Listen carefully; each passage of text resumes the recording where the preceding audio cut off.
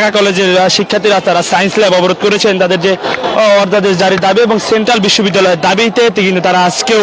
এই যে science lab মোড় রয়েছে সেই মোড়ে কিন্তু তারা অবস্থান করছেন। আমরা দেখতে পাচ্ছি যে গতকালকে আমরা বেশ কিছু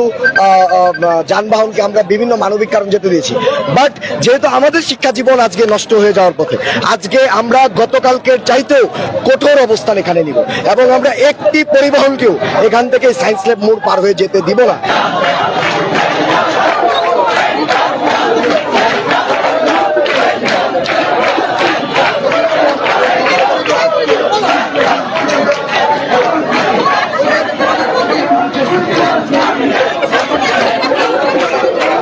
আপনারা যদি জানিয়ে রাখি যে তারা বেশ কিছুদিন ধরেই তারা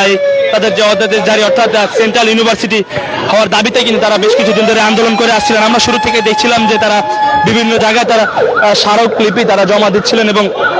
আমরা শিক্ষা ভবন ঘেরাও করতেও কিন্তু আমরা দেখেছি এবং তারপরে সেরে আজকে তারা এই সায়েন্স ল্যাব মোড় তারা ব্লকেট করেছেন।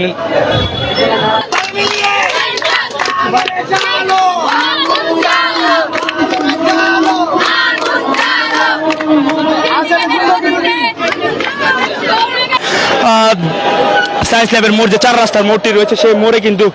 সারিবদ্ধভাবে তারা দাঁড়িয়ে রয়েছেন এবং জানিয়ে রাখি আজকেও তারা সায়েন্স ল্যাব, টেকনিক্যাল, তাঁতিবাজার সহ কিন্তু এই তিনটি রাজধানীর তিনটি পয়েন্টে কিন্তু তারা রাস্তা অবরোধ করে দাঁড়িয়ে আছেন এবং তাদের যে অর্ধাদেশ যে দাবি সেই দাবি আদায়ের জন্য।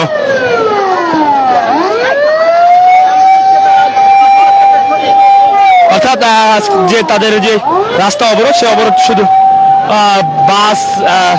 অ্যাম্বুলেন্স ছাড়া যে অন্যান্য যান চলাচল সেগুলো কিন্তু তারা অফ করে রেখেছেন, শুধু অ্যাম্বুলেন্সই কিন্তু তারা যাতায়াতের জায়গা কিন্তু তারা করে দিচ্ছেন।